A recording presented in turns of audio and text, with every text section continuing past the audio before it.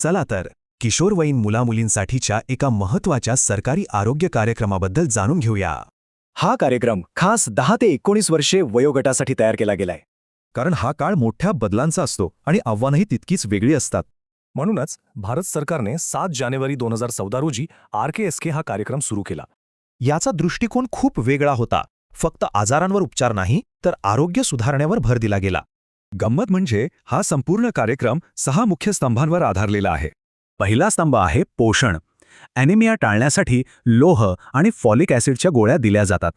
दुसरा स्तंभ शारीरिक बदल आणि मासिक पाळीबद्दल महत्त्वाची आणि योग्य माहिती देतो. तिसरा आहे मानसिक आरोग्य, म्हणजे ताणतणाव आणि नैराश्यासारख्या समस्यांसाठी मदत. चौथा स्तंभ अपघात आणि लिंग आधारित हिंसाचारापासून संरक्षण करण्यावर लक्ष देतो. पाचवा स्तंभ तरुणांना तंबाखू आणि इतर व्यसनांपासून दूर ठेवण्यासाठी काम करतो. आणि शेवटचा स्तंभ चांगल्या सवयी लावून भविष्यातले मोठे आजार टाळण्यावर भर देतो. पण मग ह्या सगळ्या सेवा मुलामुलींपर्यंत पोहोचतात तरी कशा? तर त्यासाठी आहेत खास क्लिनिक्स, मित्र मार्गदर्शक आणि वेगवेगळ्या सरकारी योजना. ही आहेत किशोरवयीन आरोग्य मैत्री केंद्र, म्हणजे सरकारी दवाखान्यांमध्ये खास त्यांच्यासाठी असलेली जागा. आणि हे साथ्या म्हणजे त्यांचेच मित्र, जे त्यांना आरोग्याबद्दल योग्य माहिती देतात. शिवाय शाळा आणि अंगणवाड्यांमधून पूरक आहार आणि सॅनिटरी पॅडचं वाटपही होतं.